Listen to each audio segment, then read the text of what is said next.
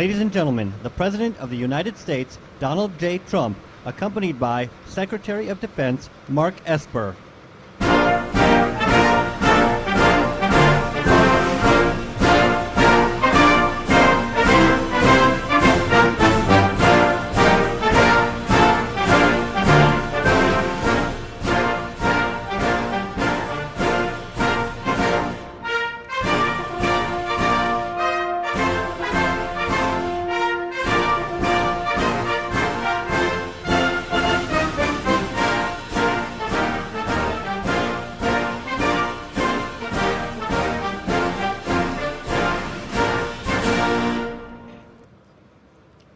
Good afternoon, everyone, and thank you, Mr. President, for being here today as the United States naval ship Comfort prepares to set sail for New York.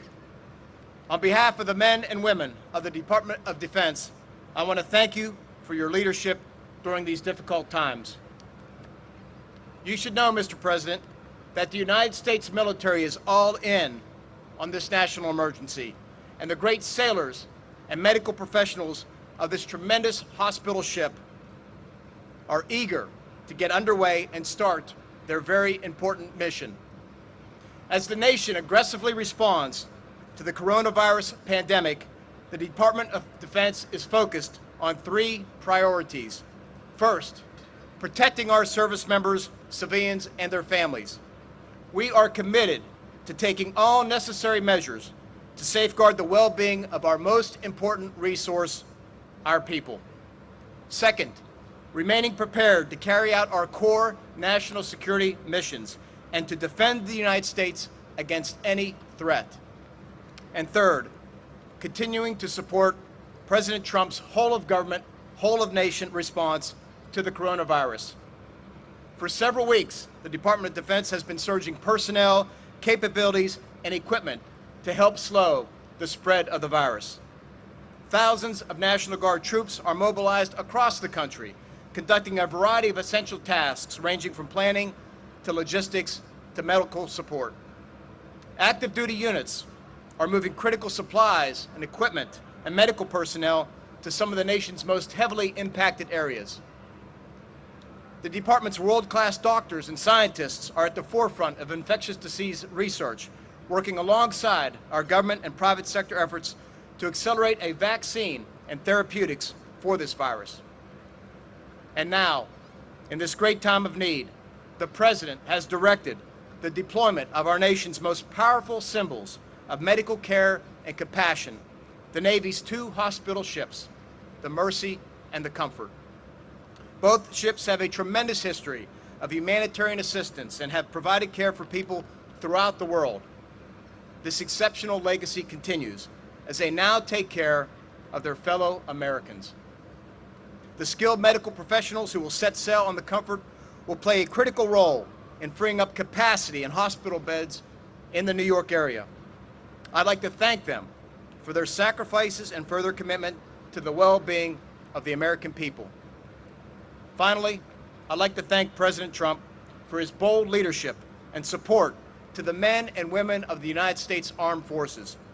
This is an unprecedented time for our nation, and your leadership, Mr. President, is uniting the American people to defeat this virus.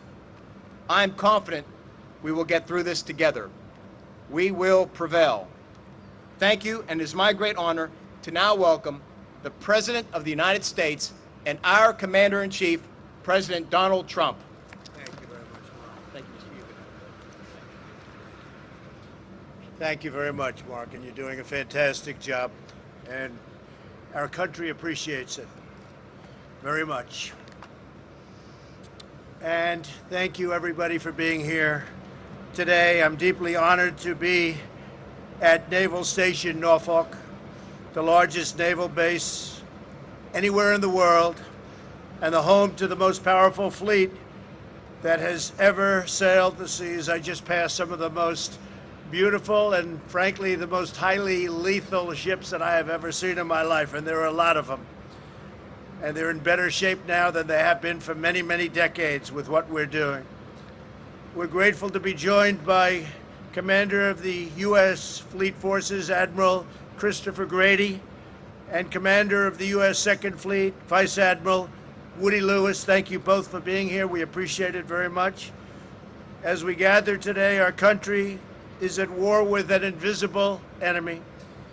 We are marshaling the full power of the American nation, economic, scientific, medical, and military, to vanquish the virus, and we will do that. Today, I'm here to express my profound gratitude to the dedicated service members who will soon be on the front lines of this fight. In a few moments, the crew of the Navy hospital ship USNS Comfort, which is really something, will embark for New York City, where they will join the ranks of tens of thousands of amazing doctors, nurses, and medical professionals who are battling to save American lives. This great ship behind me is a 70,000-ton message of hope and solidarity to the incredible people of New York, a place I know very well, a place I love. We're here for you, we're fighting for you, and we are with you all the way, and we always will be. You have the unwavering support of the entire nation, the entire government, and the entire American people. After being rushed out of maintenance with historic speed, it was supposed to be here for 4 weeks, and they did it in 4 days. The Comfort will arrive at Pier 90 in Manhattan on Monday, 3 weeks ahead of schedule. Its crew will begin treating patients on Tuesday. It will be met in New York Harbor by Governor Cuomo, who I just spoke with. He's very excited, and they need the help. The skilled sailors and civilian mariners aboard this ship will provide a critical surge capacity for the New York metropolitan area.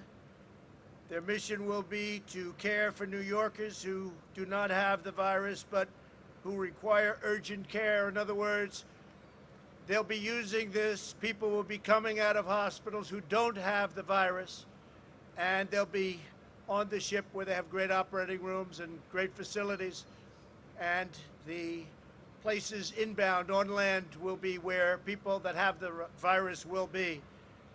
So the people with the virus will not be on ship. The ship will be used for people having operations and other things other than that. By serving these emergency patients away from the hospitals, beds will be opened up all over the city for those who are infected. This ship can handle a lot of people, so it will open capacity all over the city. And it'll be ready to address any life-threatening medical emergency. It is stocked. It's stocked to the brim with equipment and medicines and everything you can think of. Importantly, by treating non-infected patients remotely on the ship, it will help to halt very strongly the transmission of the virus. The Comfort sister ship on the West Coast, the USNS Mercy, arrived ahead of schedule substantially in port yesterday. Governor Gavin Newsom was very thankful for it. They're working very hard in California.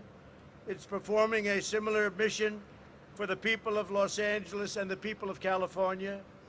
As the USNS Comfort gets underway, it is fully loaded with 12 operating rooms, and they are fully equipped. 1,000 hospital beds, a medical laboratory, a pharmacy, an optometry lab, digital radiology, a CAT scan, 2 oxygen-producing plants, and a helicopter deck, which will be used very actively. It also bears our military's greatest weapon of all, a crew of nearly 1,200 outstanding members of the United States Navy, and I thank them very much. Among the sailors departing today are some of the finest doctors, nurses, technicians, orderlies, and medical staff anywhere in the world. These are true professionals, and no one performs better under pressure when lives are on the line. These are incredible people. We will stop at nothing to protect the health of New Yorkers and the health of the people of our country in their hour of need. I also want to remind everyone about the CDC's latest guidance. If you are from the New York metropolitan area and you travel elsewhere, we need you to self-quarantine for 14 days to help us contain the spread of the virus. And I am now considering, and we'll make a decision very quickly, very shortly, a quarantine, because it's such a hot area, of New York, New Jersey, and Connecticut. We'll be announcing that one way or the other fairly soon. This does not apply to people such as truckers from outside the New York area who are making deliveries or simply transiting through. It won't affect trade in any way. The Army Corps of Engineers and FEMA are racing to build temporary hospitals, which are now completed, by the way, in record time. 4 hospitals, 4 medical centers. And in speaking with the governor this morning, we're giving them an additional 4 large tents, which they need very badly.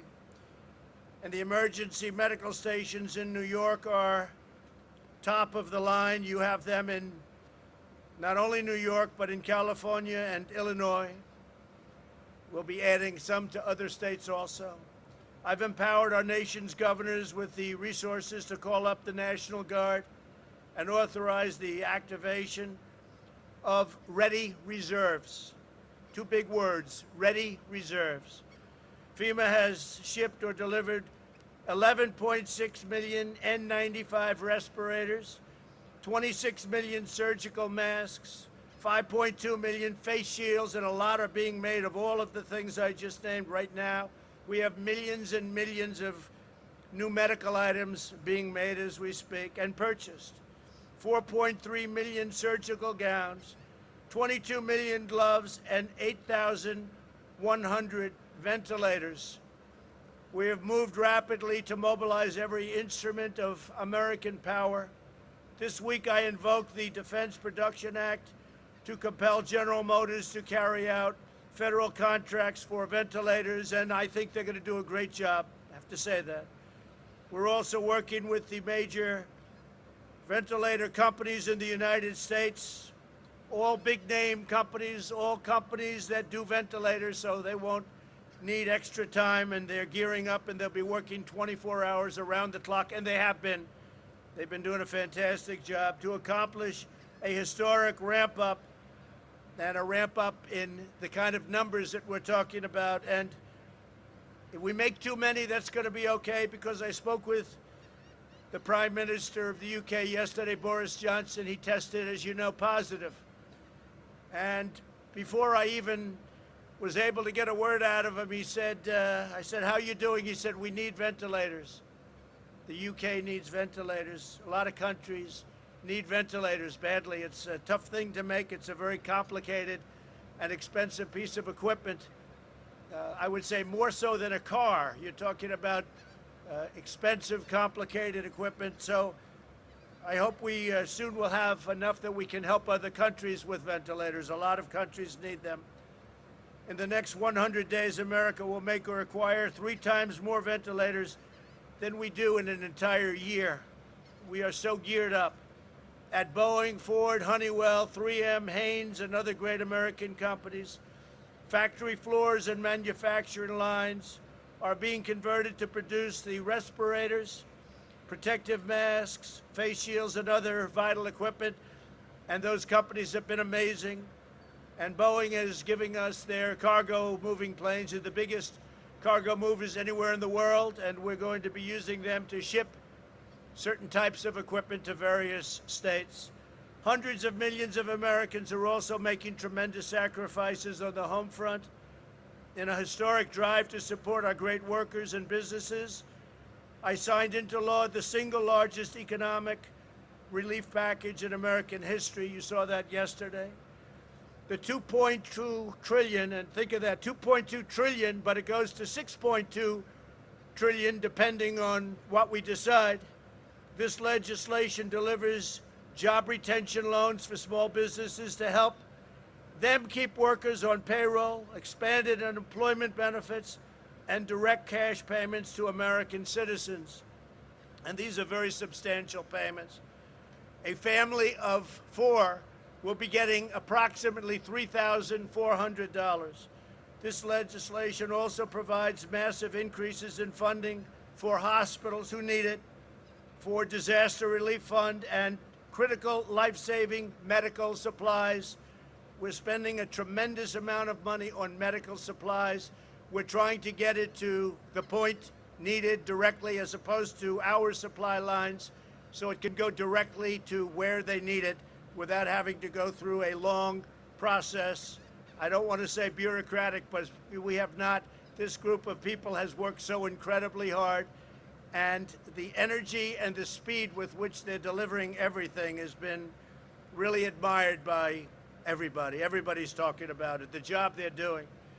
My administration has also taken action to suspend federal student loan payments. So we're suspending, and that means suspending in every sense of the word, student loan payments, so that the students that are not able to take advantage of what's going on, obviously, for obvious reasons, the payments suspended.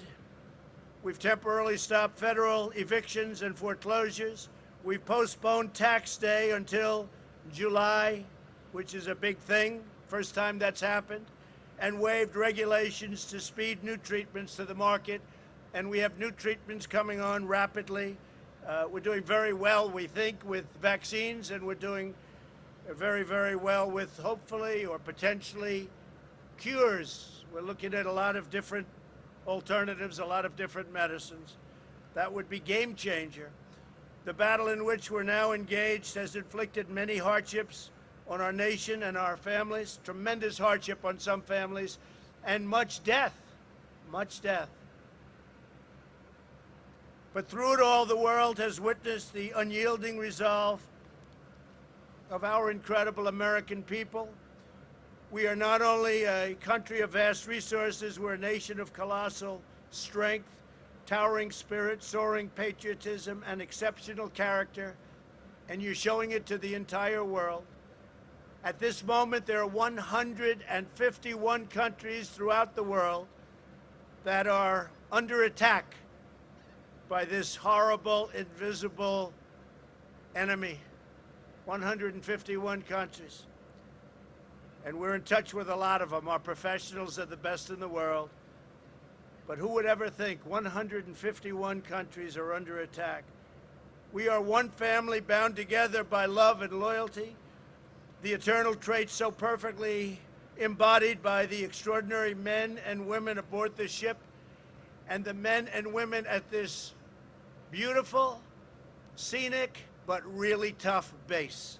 This base is something, thank you very much, this base is something very, very special. With the courage of our doctors and nurses, with the skill of our scientists and innovators, with the determination of the American people, and with the grace of God, we will win this war, and we will win this war quickly, with as little death as possible. And when we achieve our victory, this victory, your victory, we will emerge stronger and more united than ever before. We are going to be at a level of preparedness in case something like this should ever happen again, and God willing it won't. But we are prepared. What we've done in building systems, we're now the #1 tester anywhere in the world by far. We're testing more in one day than other countries are testing in weeks and months. We've learned a lot, and I cannot be more thankful to the American people, and I can say this, and I can say this from the bottom of my heart. I am very proud to be your president. Thank you very much, and God bless you all. Thank you. Thank you very much.